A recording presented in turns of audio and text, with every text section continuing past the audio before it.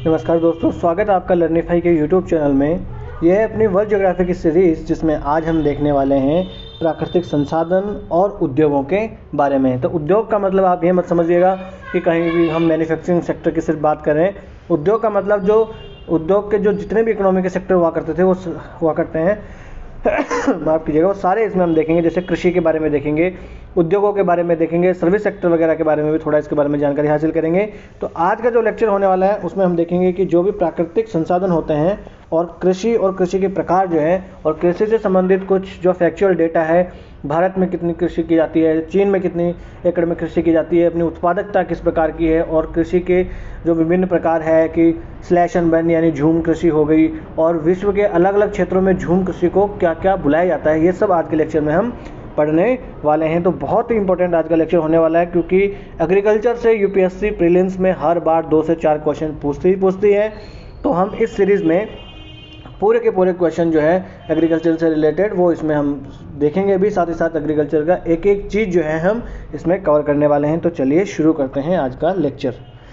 देखिए, सबसे पहले हम देख लेते हैं कि संसाधन क्या होते हैं। संसाधनों के बारे में अगर आपको कहा जाए कि संसाधन क्या होते हैं, तो आप कहोगे सर पेट्रोल है, डीजल है, ये सब संसाधन है ना। तो संसाधन का मतलब कोई चीज़ वस्तु नहीं होता। संसाधन का मतलब होता है कोई भी ऐसी चीज़ वस्तु, कुछ भी चीज़ जिसका कोई ना कोई महत्व हो, है ना, कोई उपादेयता उसकी हो, वो चीज़ होती है संसाधन। यानी कि मान लो कोई ऐसी चीज़ है जिसका हमारे लिए कोई उपादेयता ही नहीं है। यानी कि क्रूड ऑयल तो पहले भी हुआ करता था, पेट्रोल पहले भी हुआ करता था जब लोगों को पता नहीं था। तो अब उन लोगों के लिए पेट्रोल संसाधन नहीं है, क्योंकि उन लोगों के लिए पेट्रोल की कोई उपयोगिता नहीं थी, है ना। तो जो चीज़ जिसका हमारे लिए कोई उपादेयता नहीं है, वो चीज़ हमारे लिए संसाधन नहीं है। अगर पानी हमारे लिए उपयोगी है तभी हमारे लिए तभी वो हमारे लिए संसाधन है, नहीं तो नहीं संसाधन है। तो ये हमने एक बार जनरल में समझ लिया। आप देख लेते हैं, कोई भी वस्तु, पदार्थ या तत्व जिसका उपयोग करना संभव हो, है ना, या उसके रूपांतरण से उसकी उपादेयता में और साथ ही साथ मूल्य में वृद्धि हो जाए, तो उसे संसाधन कह दिया जाता है। जैसे अगर जल है, भूमि है, पशु है, कोई भी वन है, खनिज जो है, ये सब के सब क्या है, वो संसाधन कहलाते हैं। यहाँ पर आप देख सकते हैं किसी भी साधन को, संसाधन की परिभाषा जो है या संज्ञा उसी स्थिति में दी जा सकती है जब वह मनुष्य के लिए उपयोगी हो और उसकी आवश्यकताओं की पूर्ति कर सकता हो। अगर कोई चीज़ अपनी आवश्यकताओं की पूर्ति नहीं कर रही है तो वो हमारे लिए संसाधन नहीं है। अगर एक भूखे आदमी के पास में बंदूक रख दी जाए तो वो उसके लिए बिल्कुल संसाधन का काम नहीं करेगी, उसके लिए संसाधन का काम रोटी करेगी, है ना। तो जो चीज़ हमारे लिए उपयोगी है वो हमारा संसाधन है, जो चीज़ उपयोगी है नहीं है वो उसका संसाधन नहीं है, ठीक है ना। अब अगर संसाधनों का वर्गीकरण करा जाए तो देखिए, ये बड़ा ही एक सिंपल सा ये सब विभाजन वगैरह दिया हुआ है जो आपने छोटी क्लासों में पढ़ा होगा। परंतु देखिए, यूपीएससी जो क्वेश्चन पूछते हैं वहाँ से आप थोड़ा सा कहीं पे मान लो चूक जाओ, या फिर कवर करने की दृष्टि से भी ये सब मैं लेके आया हूँ कि कोई भी चीज़ छूटे ना, है ना। तो अगर उपयोग की निरंतरता के आधार पर देखा जाए तो संसाधनों का वर्गीकरण किया जा सकता है नवीकरणीय और गैर नवीकरणीय के रूप में। मुख्य तौर से नवीकरणीय संसाधन कौन से होते हैं? ऐसे संसाधन जो समाप्त नहीं होते, यानी कि जो समाप्त नहीं होते हैं और जिनका नवीनीकरण जो है बहुत जल्दी हो जाता है ना। यानी कि जिनका जैसे जैसे दोहन होता है वैसे वैसे उनका नवीनीकरण भी हो जाता है। जैसे वन का, यानी कि वनों को आप थोड़ा थोड़ा काटते जाइए, फिर वो साथ साथ पेड़ वेड़ जो है ना वापस भी उगते जाते हैं, है ना। भूमि, जल, है ना, ये सब चीज़ें नवीनीकरण हो जाता है इनका, है ना। जैसे है बारिश बन के वापस बरस जाता है, फिर वाष्पोत्सर्जन होता है, वापस पृथ्वी पर आ जाता है। तो ये सब चीज़ें हैं, ये होते हैं नवीकरणीय संसाधन, ये हमारे लिए होते हैं। और गैर नवीनीकरणीय संसाधन कौन से होते हैं? जिनका अगर एक बार उपयोग हो गया तो फिर वो नवीनीकरण उनका जल्दी से नहीं होता, या तो होता नहीं है, अगर होता है तो फिर वो बहुत साल या बहुत समय वो लेते हैं। जैसे मान लो पेट्रोल है, अब पेट्रोल को बनने में करोड़ों साल लगे। कोयला है, कोयला को बनने में करोड़ों साल लगे।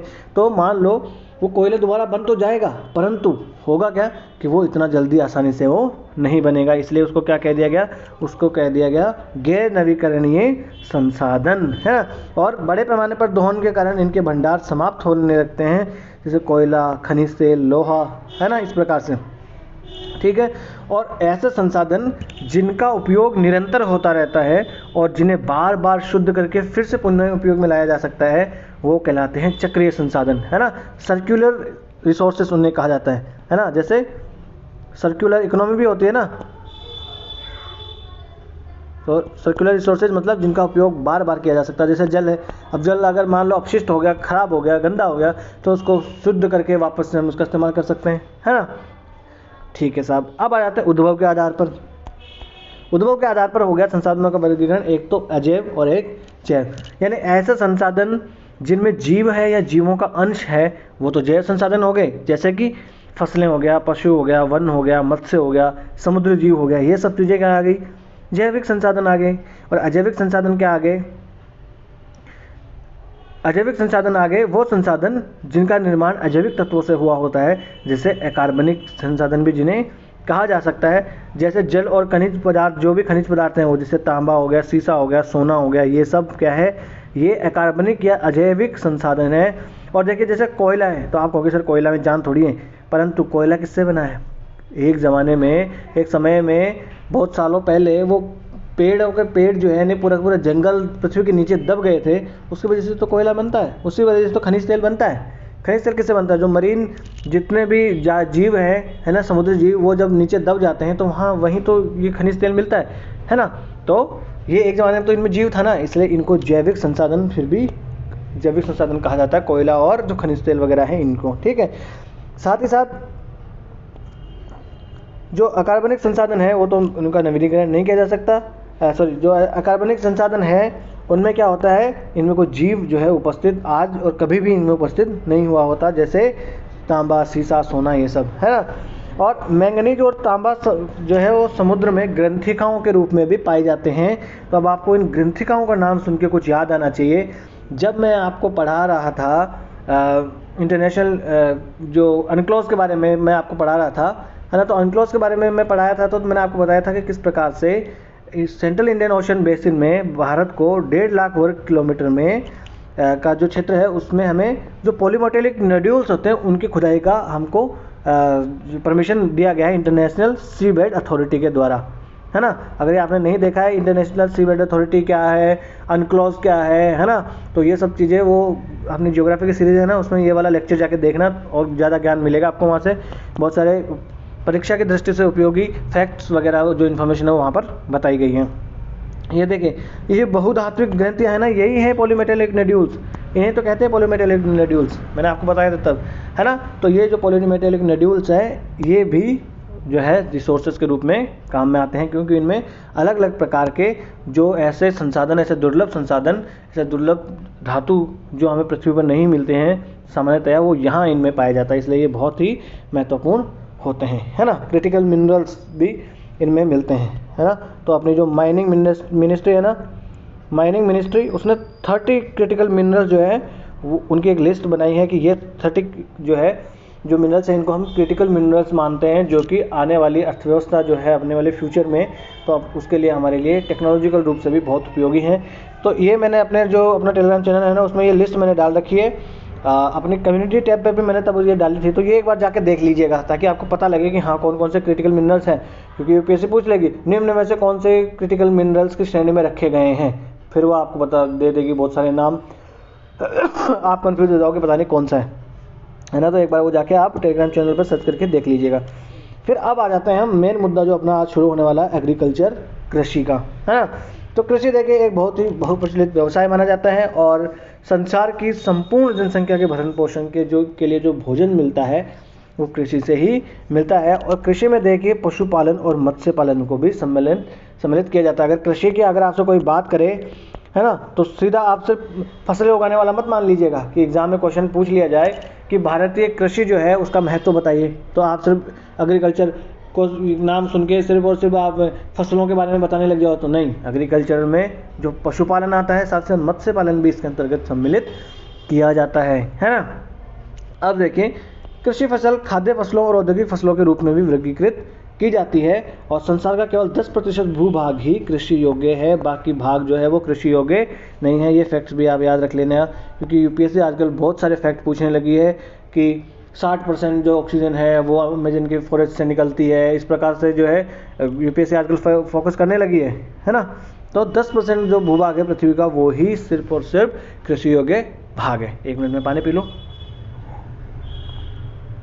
यहाँ पर आपको जो स्क्रीन पर दिख रहा है ये है यूपीएससी का PYQ 2023 में एक क्वेश्चन पूछा गया था यूपीएससी के द्वारा एग्रीकल्चर से रिलेटेड, वो मैं आपको पहले क्वेश्चन कराता हूँ, उसके बाद आगे जो है हम एग्रीकल्चर कंटिन्यू करेंगे।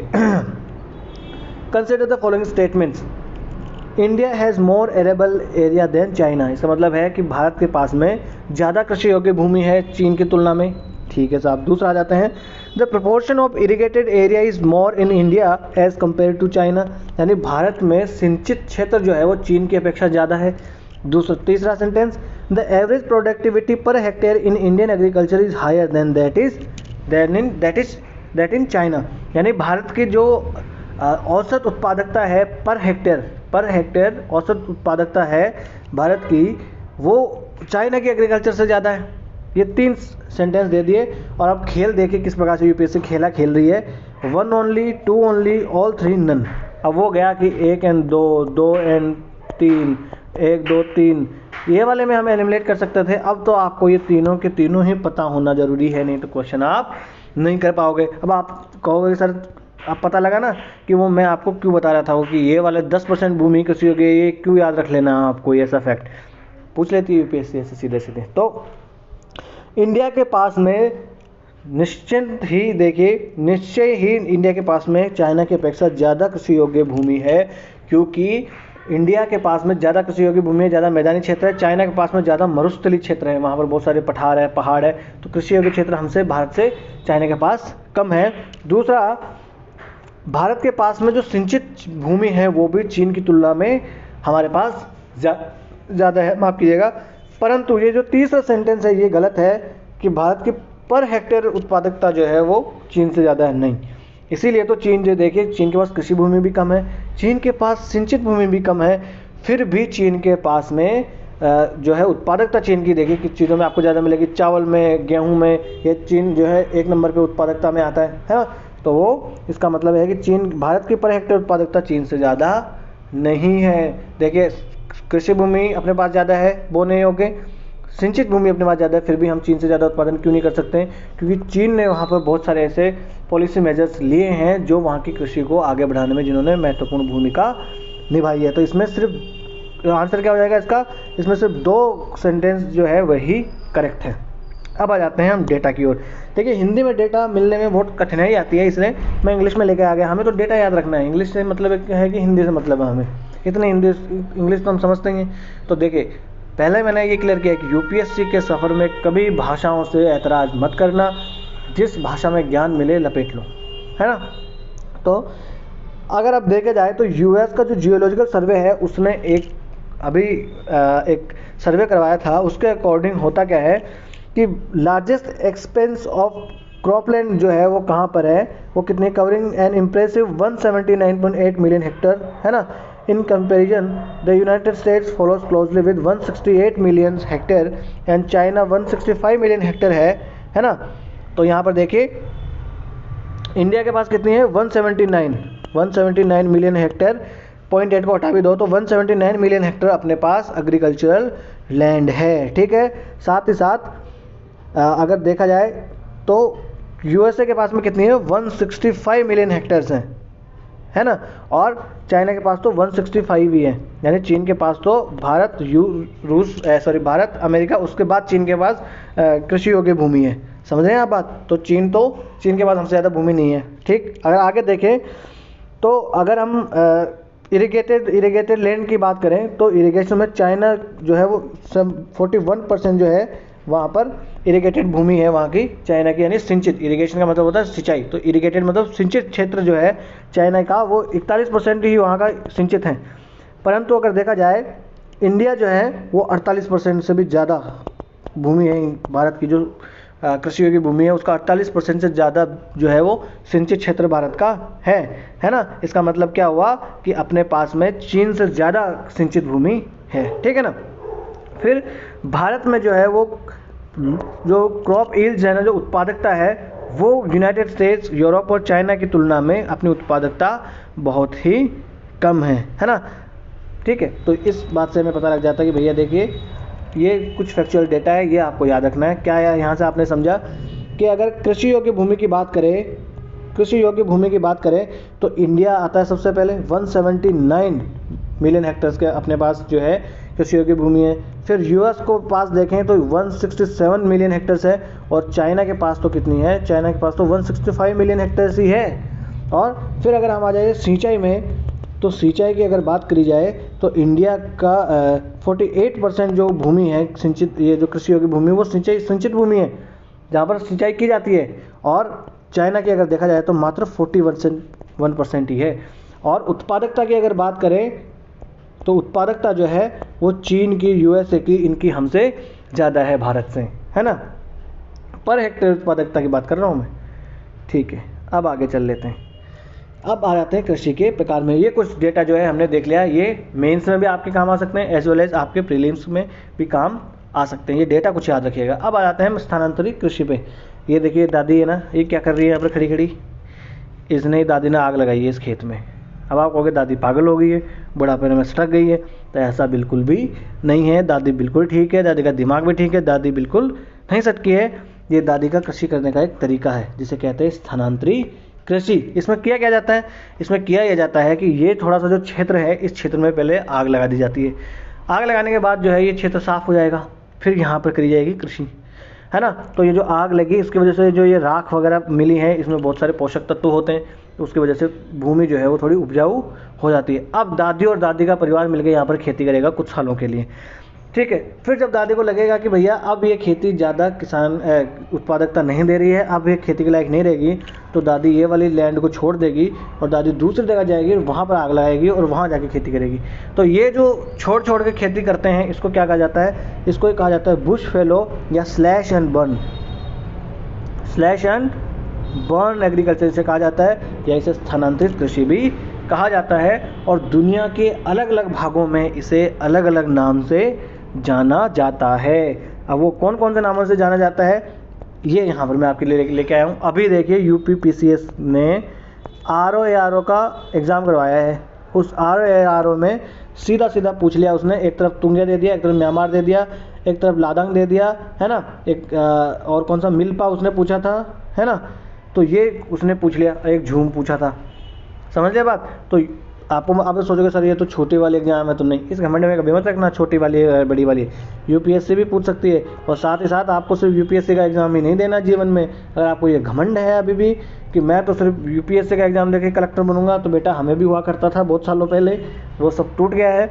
तो आपको साथ के साथ में दूसरे एग्ज़ाम्स की तैयारी भी करते रहनी है। 2 या 3 अटैम्प्ट आप सीरियस होकर दे लो यूपीएससी के, उसके बाद में आपको प्लान बी हमेशा रेडी रखना है, क्योंकि प्लान ए हमेशा सक्सेस हो ये आवश्यक नहीं है। कंपटीशन बहुत ज़्यादा है, तो आपको अगर बुरा लग रहा हो तो उसके लिए सॉरी, पर देखिए वास्तविकता यही है, यथार्थवादी आपको बनना है, आदर्शवादी नहीं बनना है। तो देखो आदर्शवादी बातों को तो छोड़ो, और विभिन्न भागों में विश्व के जो स्थानांतरित कृषि होती है उसको कौन कौन से नामों से पुकारा जाता है, इसको आप याद कर लीजिएगा। कोई भी आप ट्रिक बना लीजिएगा, 2-4 ट्रिक तो मैं भी आपको बता दूंगा याद रखने की।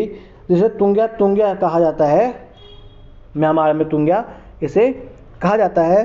फिर है केगिन, तो केगिन इसे कहा जाता है फिलीपींस में। फिलीपींस का है आपको पता भी है, देखिए यहाँ पर मैप, कहाँ गया मैप नहीं है, छोड़ो मैप आपके दिमाग में होना चाहिए। म्यांमार का है, भारत से लगता हुआ, नॉर्थ ईस्ट से लगता हुआ म्यांमार है ना। और फिलीपींस देखिए वहाँ पर आपको मिलेगा इंडोनेशिया का जो ऊपर वाला भाग है, बोर्नियो वाला, बोर्नियो के ऊपर की तरफ जो छोटे छोटे द्वीप बने हुए हैं वो है फिलीपींस। तो फिलीपींस में पाया जाता है केगिन। और चेन्ना कहा जाता है श्रीलंका में। तो चेन्ना क्यों कहा जाता है श्रीलंका में, इसका याद रखने का, माफ़ कीजिएगा, चेन्ना किसको कहा जाता है इसके पीछे कारण नहीं, मैं इसको याद रखने की ट्रिक बता दे रहा हूँ। देखिए ये अपना भारत का मैप है, यहाँ पर देखिए ये क्या है, श्रीलंका। ये ऐसा नहीं लग रहा कि भारत के नीचे चने के जैसा लटक रहा है, तो चने से याद रख लेना। चेन्ना कहा जाता है श्रीलंका में, चेन्ना कहा जाता है। लैदांग कहा जाता है इंडोनेशिया में। ये इंडोनेशिया में क्या करो, ला भाई डांग ला मेरी, नहीं हरियाणा वाले राजस्थान के साथ डांग ला, मैं बताता हूँ इसे।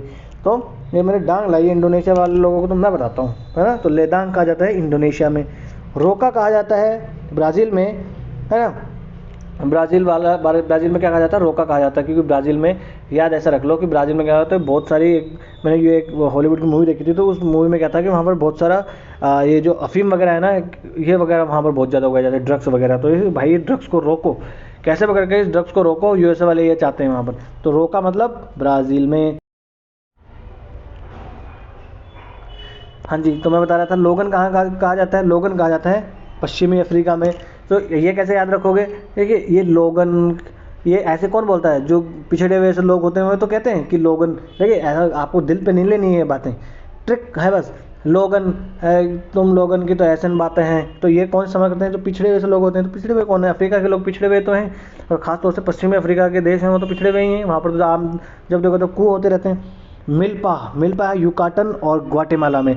तो देखिए यूकाटन और ग्वाटेमाला कहाँ है? आपको इस देशों के वो पता होनी चाहिए स्थिति कहाँ पर है। तो ये मध्य अमेरिका में देश हैं, है ना। जैसे ये अपना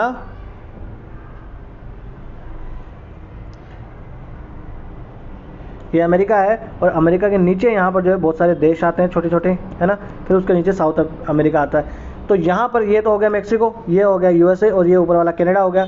तो यहाँ पर है यूकाटन और ग्वाटेमाला, और साथ ही साथ इसका मेक्सिको वाला पार्ट में इसमें आ जाता है। तो अगर मिल्पा में यूकाटन ग्वाटेमाला और अगर मेक्सिको का भाग भी दिया हुआ हो तो ये फिर भी सही मानेंगे हम इसे। तो यूकाटन, ग्वाटेमाला और मेक्सिको कहा जाता है मिल्पा। तो मिल्पा से याद रखना है, मिल्पा मतलब मिल्पा शिल्पा शेट्टी। शिल्पा शेट्टी जो है ये देखिए शिल्पा शेट्टी जैसे लोग किस में जाते हैं? जो मिस यूनिवर्स वगैरह बनते हैं। और ये यूकाटन ग्वाटेमाला वगैरह वाले लोग हैं ना, मेक्सिको वाले, यहाँ के लोग मिस यूनिवर्स में बहुत ज़्यादा आते हैं। तो मिल्पा शिल्पा ऐसे याद रख लेना। तो ये यूकाटन और ग्वाटेमाला वगैरह वाले क्षेत्र में है, इसे मिल्पा कहा जाता है। मालागासी में से टावी कहा जाता है। ये मालागासी कहाँ पर है? तो मेडागास्कर देश का नाम सुना है?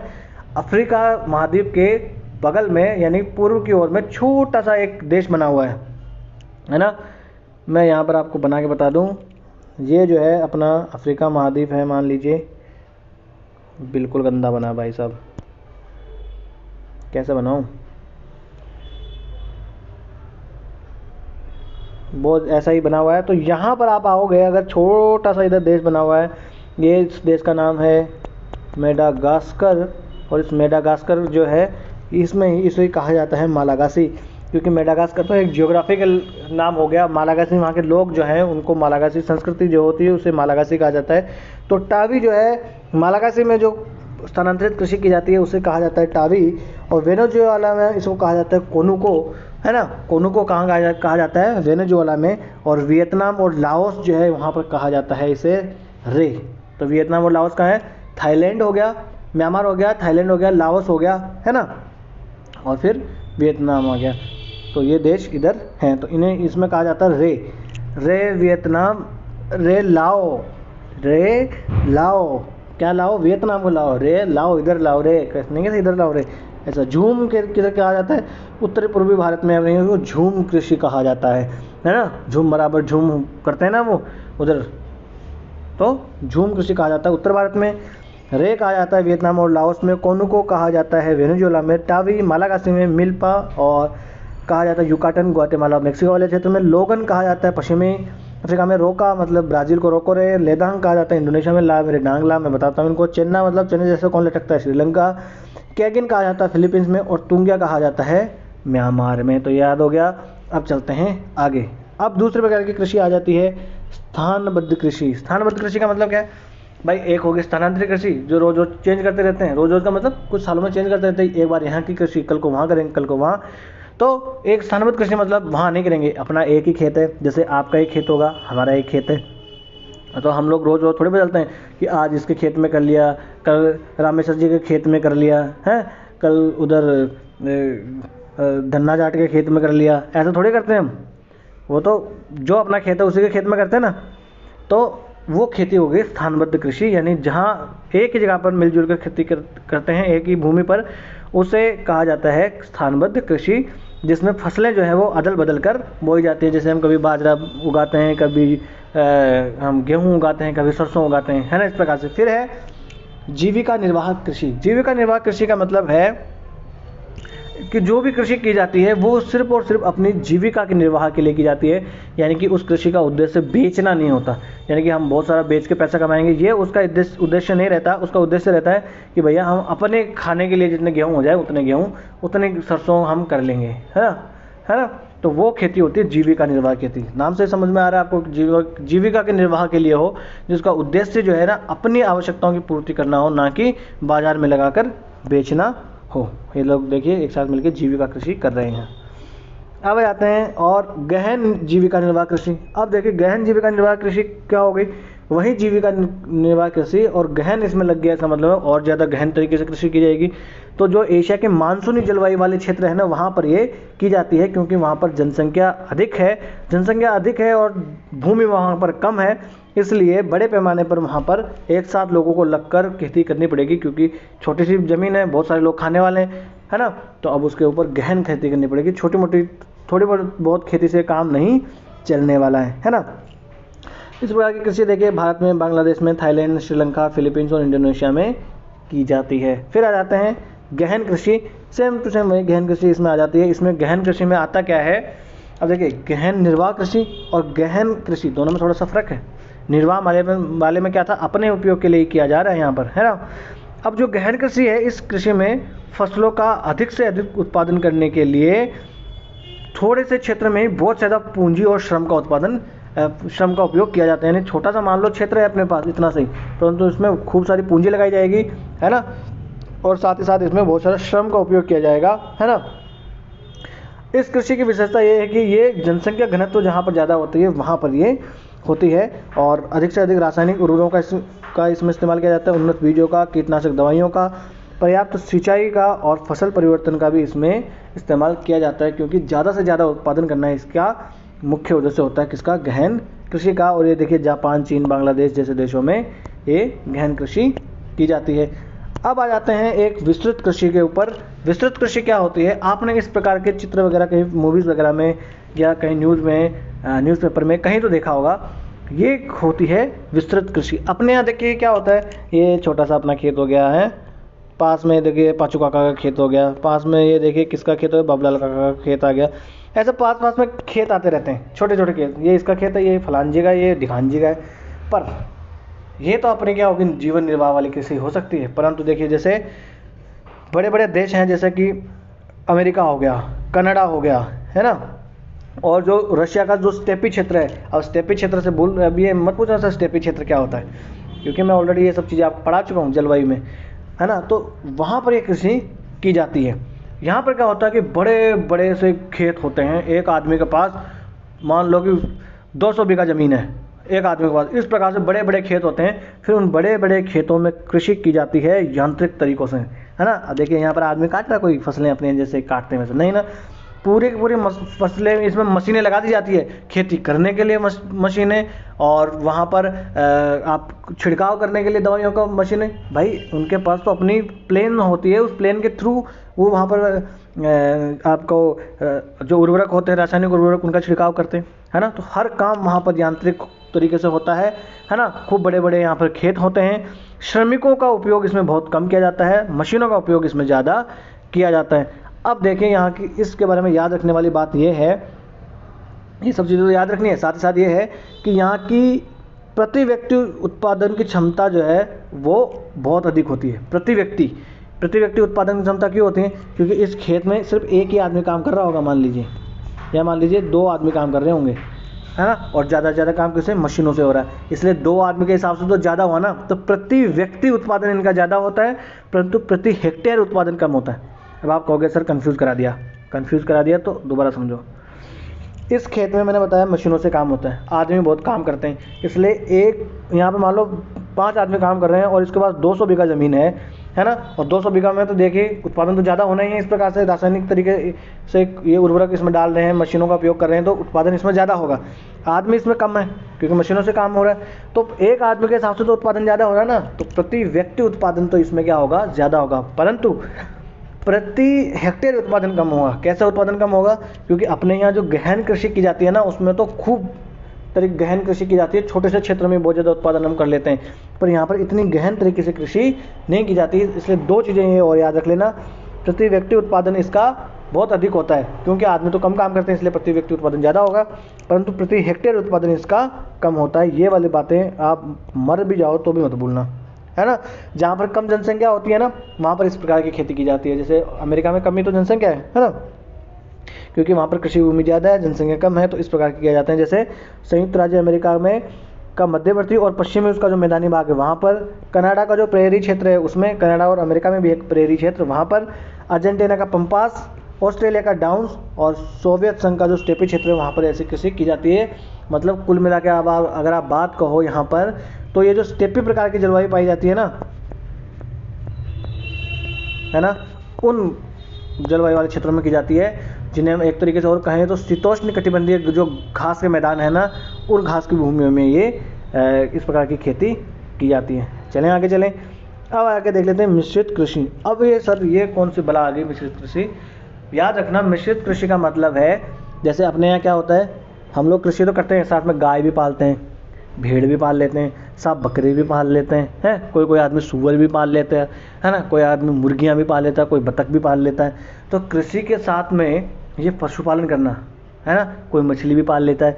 तो कृषि तो करते हैं, यानी फसल तो उगाते हैं। ये भिंडी हमने उगा दी, ये देखिए यहाँ पे बैंगन उगा दिया, साथ में ये टर्की पाल ली, ये हमने ये क्या मक्का उगा लिया, ये गाय पाल ली। इस प्रकार से कृषि तो कर ही रहे हैं, यानी कि फसलें तो उगा रहे हैं, उनके साथ साथ में पशुपालन और मत्स्य पालन भी अगर हम कर लें तो उसको साथ में अगर करेंगे तो उसे क्या कहेंगे? उसे कहेंगे मिश्रित कृषि, यानी मिक्स्ड फार्मिंग पद्धति, है ना, मिक्स्ड एग्रीकल्चर इसे हम कहेंगे, है ना।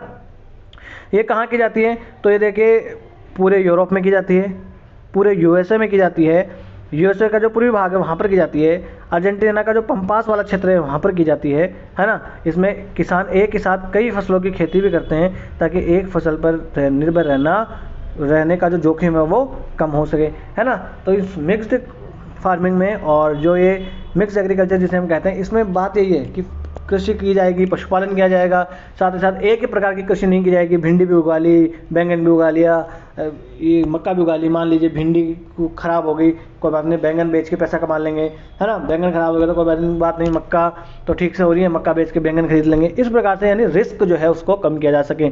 साथ ही साथ गाय है तो गाय का जो बैल होगा उसको खेतों में इस्तेमाल कर लेंगे, है ना। गाय का दूध पी लेंगे और गाय का गोबर होगा उसको खेतों में डाल के उर्वरक बना लेंगे, है ना। तो ये सब चीज़ें साथ में करी जाती है, उसे कहा जाता है मिश्रित कृषि।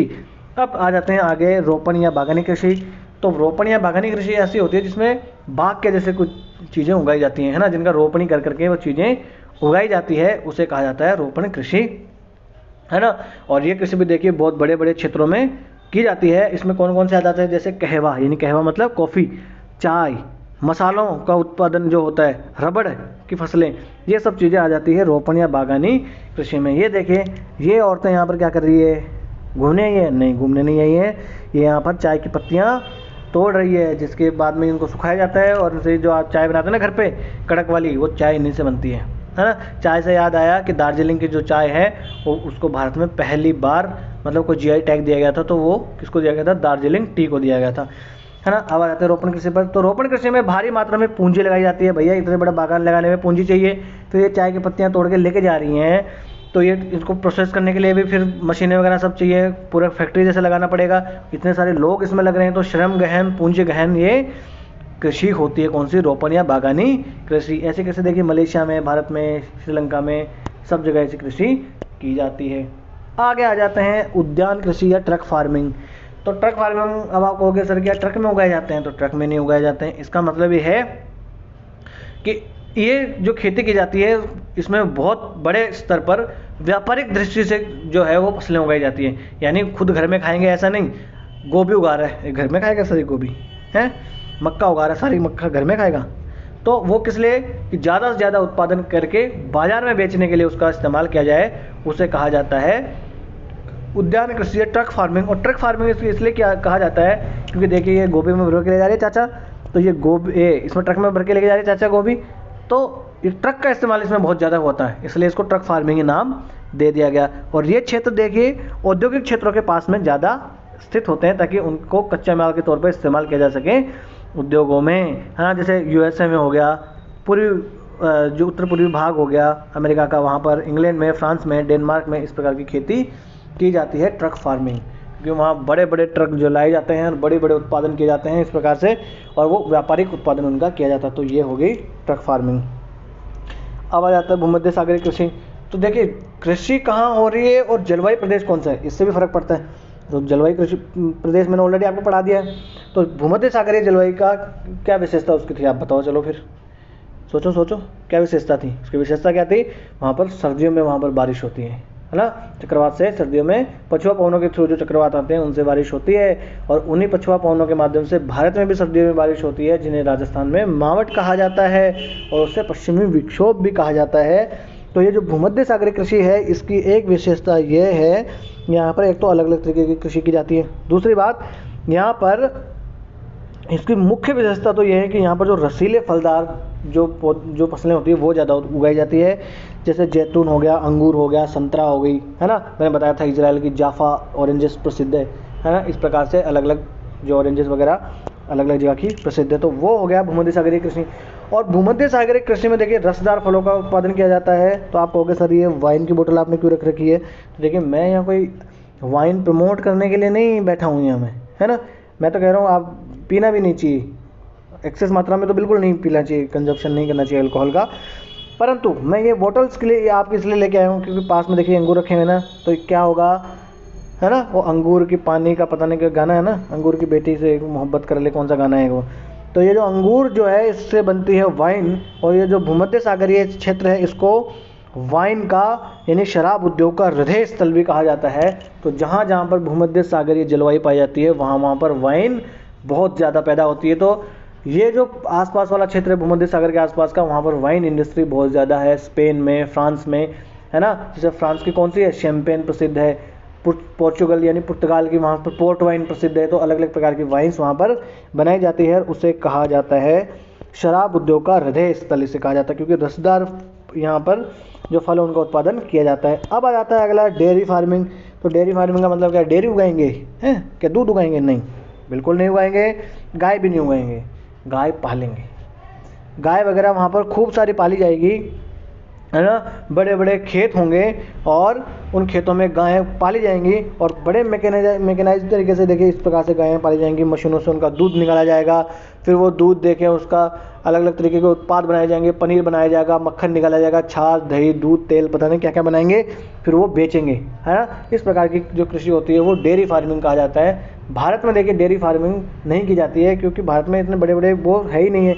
अब थोड़ा थोड़ा भारत में भी ऐसा होने लगा है। ये देखिए कहाँ किया जाता है, तो ब्रिटेन में किया जाता है, डेनमार्क में किया जाता है, नीदरलैंड्स में, जो स्कैंडिनेवियन कंट्रीज है, जो फिनलैंड, स्वीडन वगैरह, वहाँ पर ये किया जाता है। स्विट्जरलैंड में ये किया जाता है।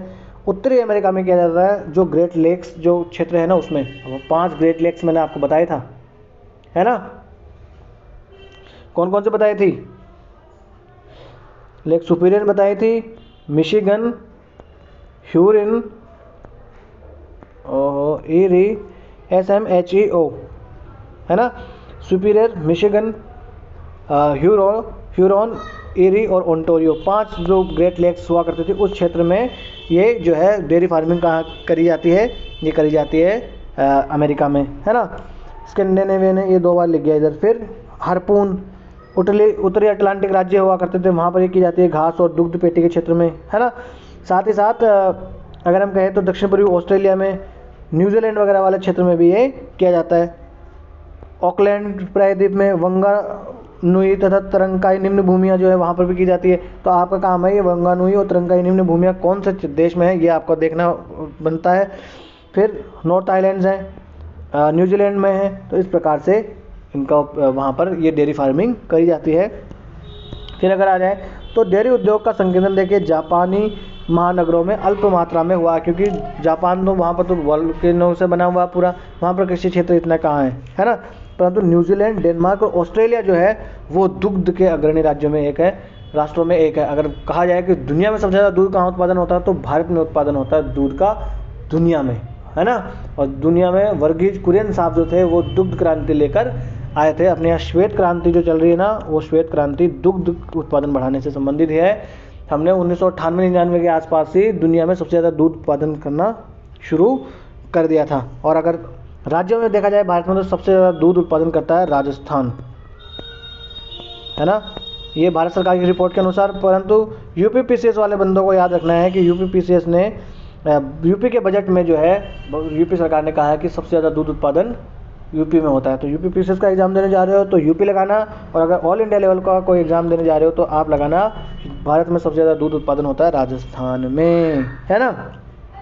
कुछ लोगों को तो लगता है राजस्थान में तो सिर्फ जो है ना डेजर्ट है, वहाँ तो मरुस्थल है, पूरी रेत भरी पड़ी है, वहाँ तो कोई आदमी रहता ही नहीं होगा, वहाँ तो लोग पानी नहीं पीते होंगे, लोग खाते ही नहीं होंगे, वहाँ तो दूध कहाँ से पैदा हो जाएगा।